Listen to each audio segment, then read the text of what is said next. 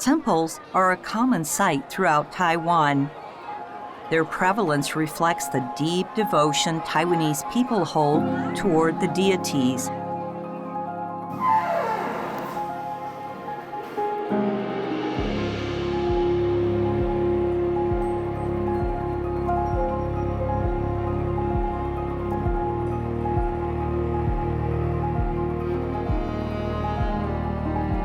In the process of building and restoring temples, craftsmen express their reverence for the gods through blocks and paint.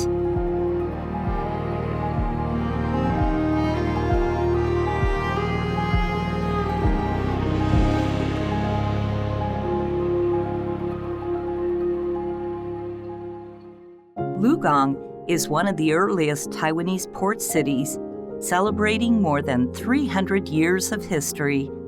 It was once a vital trading port between Taiwan and China.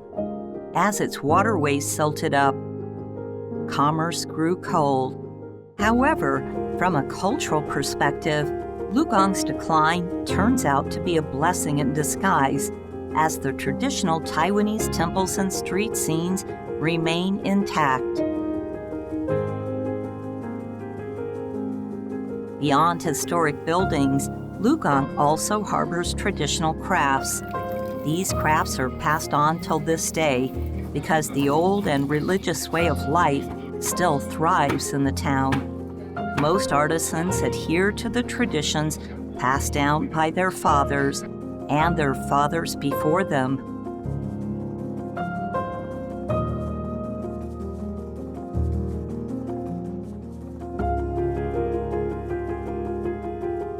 Among these artisans, some have chosen to break from tradition and forge their own paths. They create their signatures by utilizing ancient techniques in new ways.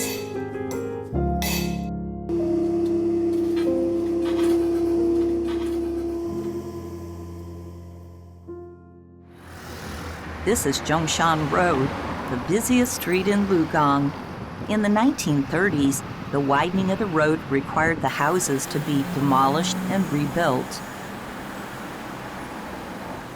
The reconstruction introduced Art Deco to the facades of the buildings here, giving the old houses along Zhongshan Road a distinct character.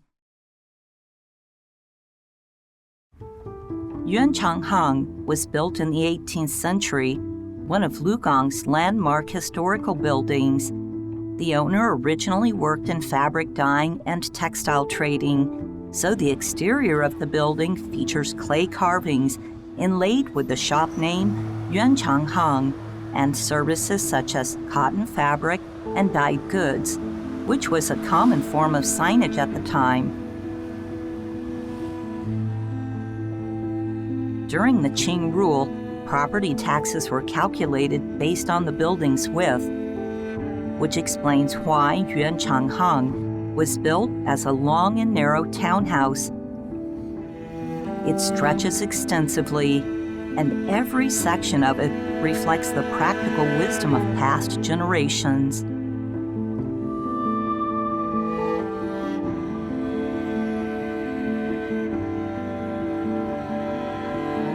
Yih Shin is the fifth generation of Yuanchang Hang. Growing up within its walls, the building has profoundly shaped his life and identity. 这间厝200几年，所以我接触这间厝，长年来甲看哦，这传统的物件对我来讲影响足大的。因为内面有足侪工艺这个表现，对我拢足有迄吸引力。所以我足细汉我就一直拢咧注意这块物件。从虽然我徛踮遮，我就特别注意这间厝，甲别间厝无共款的所在是倒。咱咧讲这历史的这个部分来讲，这间厝差不多是鹿港这300年来唯一保留鹿港大街上完整的一间咯。其他的厝，唔是讲无像安尼啊的这款这款表现但是就是讲无这间的水，就是无这间的水。伊真侪部分，你若认真去看，伊幼的部分，伊就是做足幼的。该粗的部分，伊就是显现出伊这间厝的大气。所以以这间厝来讲，我是感觉人啊，徛在内面，绝对会受到伊的影响啦。你就是袂晓美术的人，袂晓艺术的人，你入来你嘛去，也会互伊的气氛去，咱你讲的熏陶啊，久了之后，你好像也会变成是一个建筑艺术家一样，你会懂得怎么去欣赏它，怎么跟它好好相处。所以，不是讲刻意要给它保留，有时候你是不忍心它被破坏。Yih Shin left Lukang to study elsewhere at the age of 18. He initially enrolled in a journalism program, but later transferred to study fine arts. After graduation, he entered a news agency, not as a reporter, but as an art editor. Yet over time, he found himself holding a reporter's pen instead, eventually earning journalism awards. Through interviewing and reporting, he learned more about the complexity behind historical building preservation and restoration. In 1994, Yih Shin made a life-changing decision. He left his reporter job and returned to Lukang to devote himself to heritage restoration. Among the many lines of restoration work, Yih Shin was particularly drawn by traditional temple painting. His background in applied arts became the basis for his decades-long endeavor in mural painting and color restoration. 来做采画这个工作，是因为我有去做记者，迄摆去采访足侪师傅的，发现讲真侪人拢对这采画的物件拢无啥了解。嘛拢无咧较重视，包括咱台湾一寡庙咧翻修，第一个可能破坏的就是彩绘，所以我就开始落去做一寡记录咯，落去做一寡研究咯。因为我本身读理工科嘛，所以我嘛家己落去画。有一个较特殊的状况就是讲，咧采访这块师傅的时阵因为我是记者，所以因拢甲我讲一寡传统的一寡技术，所以传统的这块彩绘的技术有人真侪人讲你哪会晓？我有这个机缘熟悉这块师傅，所以因拢甲我教。In addition to the interviewees, Yih Shin was also deeply influenced by Yih Shin, a renowned temple painter from Lukang. 他等于把他们国家从清代以来叔侄之间的技术，他把它给集大成。我常讲说，为什么龙山寺不容随意破坏？因为它的集大成的经典的表现的那个标的物，就是鹿港龙山寺，就是在鹿港龙山寺。何况鹿港龙山寺还是他祖先来彩绘的作品。坦白讲，在时间上它是没有断过的，也就是他们国家从道光年之后停顿。到了咸同光绪，几乎中部五县市的只要民宅要彩绘，就是他们家去在主导。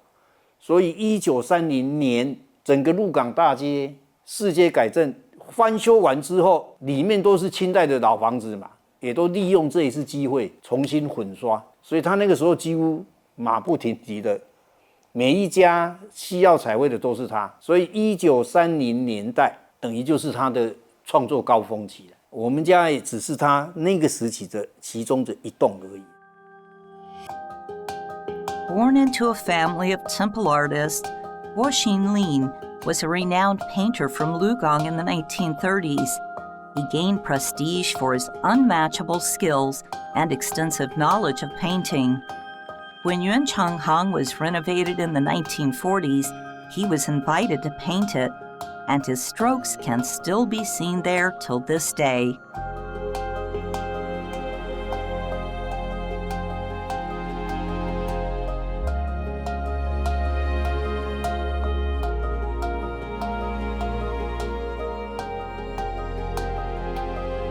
Inspired by Yih Shin's works and his personal experience at Yuanchang, Yih Shin decided to pursue the path of traditional painting and restoration.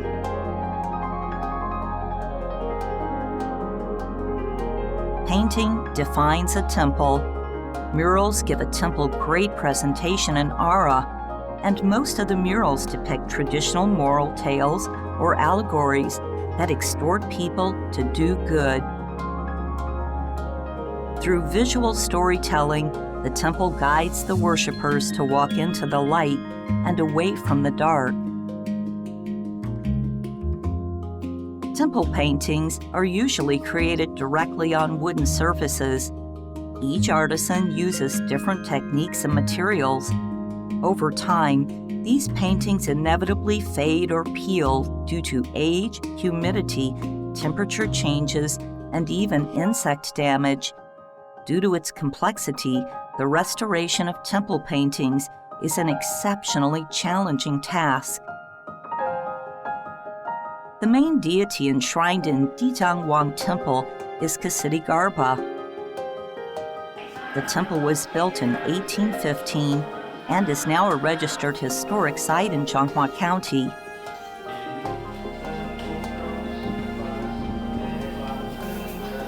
In 2024, the temple went through painting restoration.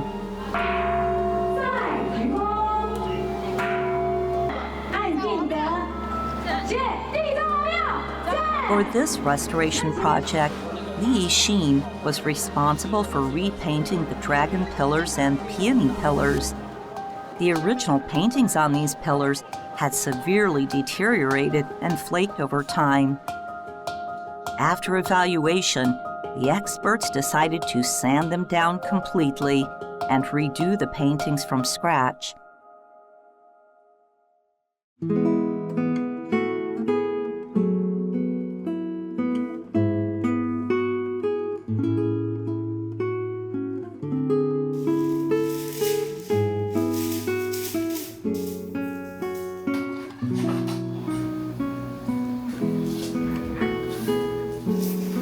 Yih Shin traced the original dragon pillar designs, sketching the dragon's silhouette on paper so he could bring the drawings to the construction site.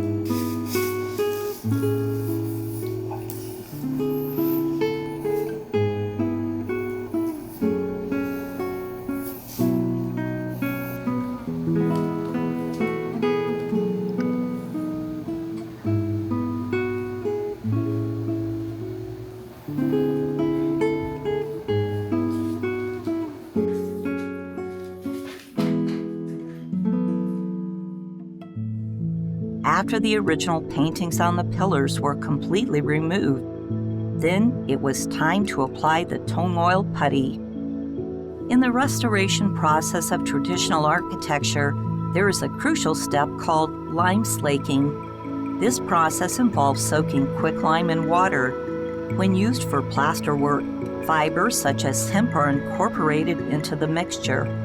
After about a month of slaking, the lime is ready for use.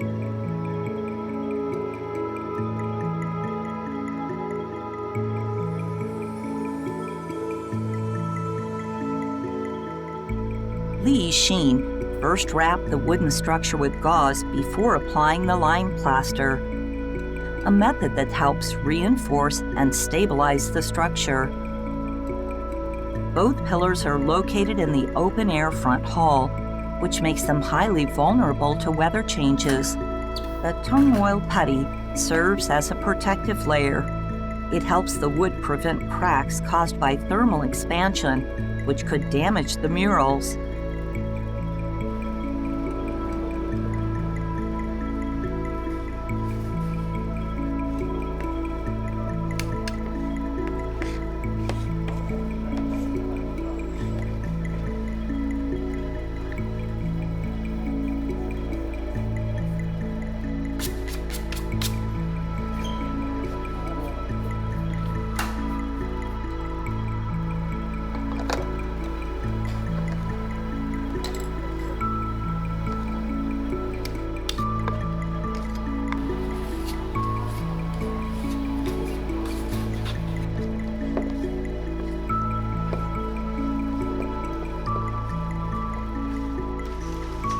Heritage restoration is a task full of challenges and uncertainty.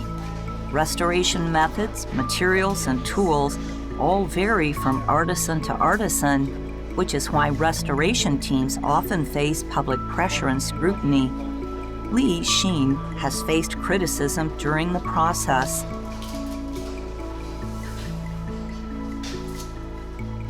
我们一般在讲工艺啊，大概有3个层次嘛，一个就是工序，一个就是工料，一个工法。那坦白讲，这3个当中啊，最重要的是工序，反而专家啦，真正的内行的人，他才懂得偷工减料。你不内行的人，你怎么偷工减料？因为我内行嘛，所以我有办法偷工减料。偷工在哪里？就在工序。本来应该10个程序，因为成本的问题，因为很多主客观的因素。我就来减少几个工序所以在技法传承上啊，我就比较坚持传统的匠师教给你的那些必要的工序。以我来从事这个工作来讲，我就很坚持，那个工序绝对不能省。你一省，你就等于是在减少它使用的年限。Today, Yih Shin approaches temple painting and restoration with a practical, grounded attitude. In Lukang alone, 4 temples carry his artwork.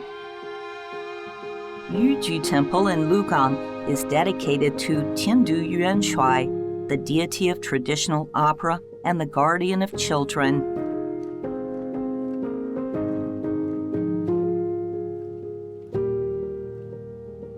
On the temple walls, you can see Li's work, where he merges classical temple painting with cartoon style. It is an amusing way to revitalize temple culture in modern times. In each piece, he searches for that fine line between tradition and innovation. 我提出这个构想的时候啊，跟庙里面产生很大的争执，甚至他们认为就是说，你就是不要画这个题材，但是你越是这样要求，我就认为这个是越要去做沟通，而且要去传达的一个很必要的手段。也就是说，一个时代的建筑物跟一个时代要表现出的主题，一定要是合乎这个时代的脉动。我要让这个庙啊，3岁的小孩子的进来，一直到90岁的老人家进来都有题材可以看。何况那个庙啊，它的主神是田都元帅，本来就是戏曲的神，卡通也是戏曲。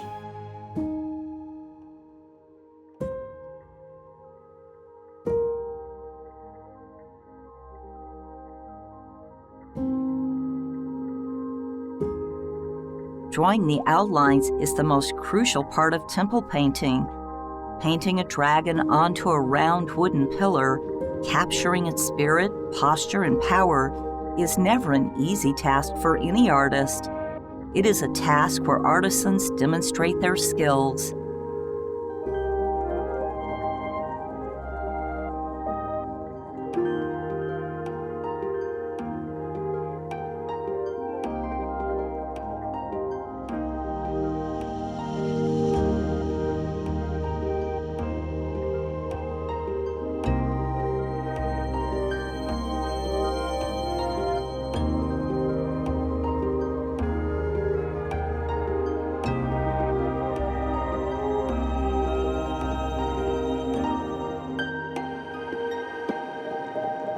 Once the outline is complete, the next step is coloring.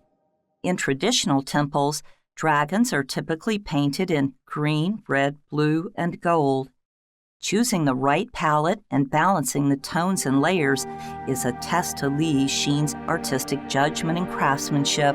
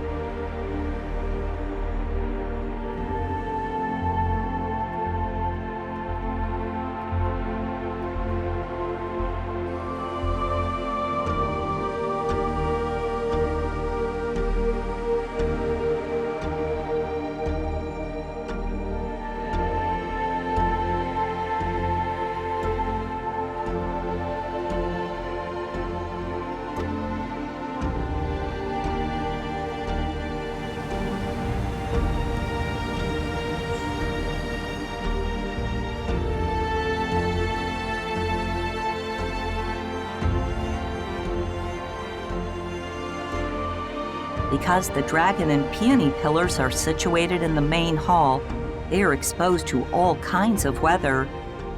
After the drawing is done, a layer of varnish is applied to the pillar. This protective coating not only preserves the color, but enhances the vividness as well.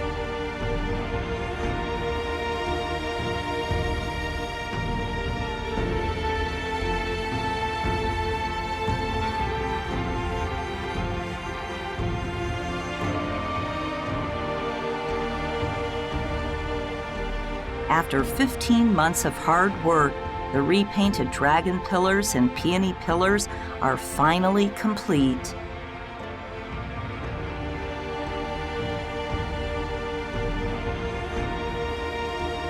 The decade is now renewed. Yih Shin looks at his work with gratification.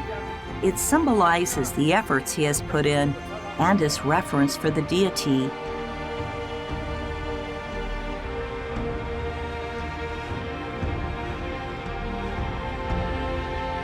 The peonies bloom with grace. The dragons stand powerful and fierce. Together, the pillars will continue to receive the incense and devotion of worshippers at Dijiangwang Temple for generations to come.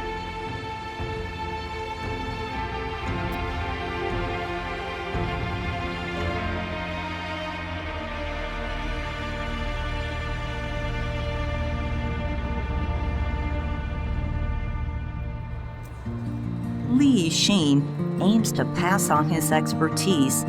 By lecturing at universities, he gradually introduces the beauty unique to Taiwan to the next generation. 传统的物件，伊会变成传统啊，绝对是好的才老了啦，才变传统。不好的东西老早就被时代给淘汰了。所以这个好的东西一定有它一个生命力上的韧度，它打不死的，它打不死。